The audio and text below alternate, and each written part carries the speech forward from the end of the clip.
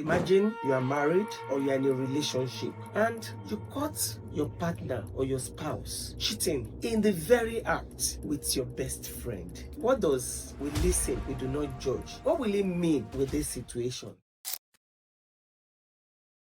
Welcome again to Auntie Joko's Chair. This episode is titled "We Listen, We Don't Judge" in dire situations. And this is inspired by one of my favorite books, The Redeeming Love by Francine Rivers. I know some of us will have read this book. If you have not, it's surely a good book to read. We listen, we don't judge. A phrase that has become a cliche in our environment is a commitment to active listening, to non-judgmental attitude that avoid condemnation, prejudice, criticism, which creates a very safe place for open expression. This can foster trust, empathy, and understanding. It is one of the major skills of a counselor. We listen, we don't judge can be highly beneficial in various contexts, whether at work, in nurturing relationships, or in strengthening bonds within family and among friends.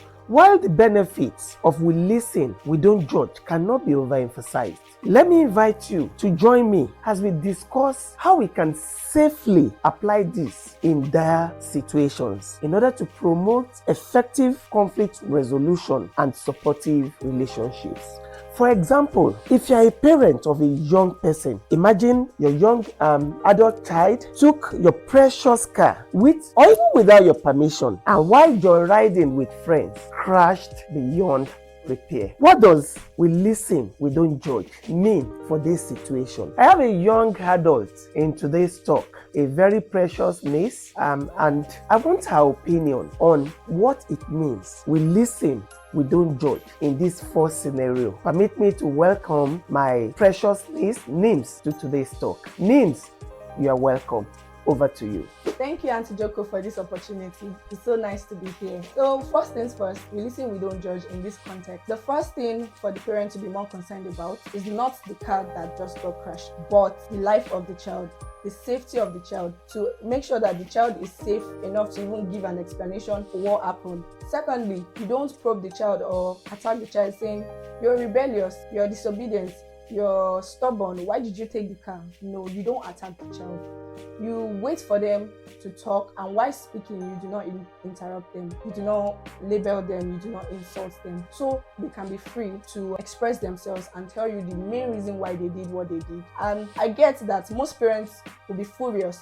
They'll be disappointed because of the betrayal of the trust of the child towards them. But that is not the time to start saying, "Oh, you shouldn't have taken the car out. Shouldn't have left the house without telling me. Shouldn't have taken the car without telling me." It is wrong. It will only make the child feel like that isn't a safe space to be able to express him or herself. And why we say we listen, we don't judge in this context, it doesn't excuse the fact that that child will be punished. There will be consequences for that action, yes. But first things first, do not judge the child before giving the punishment.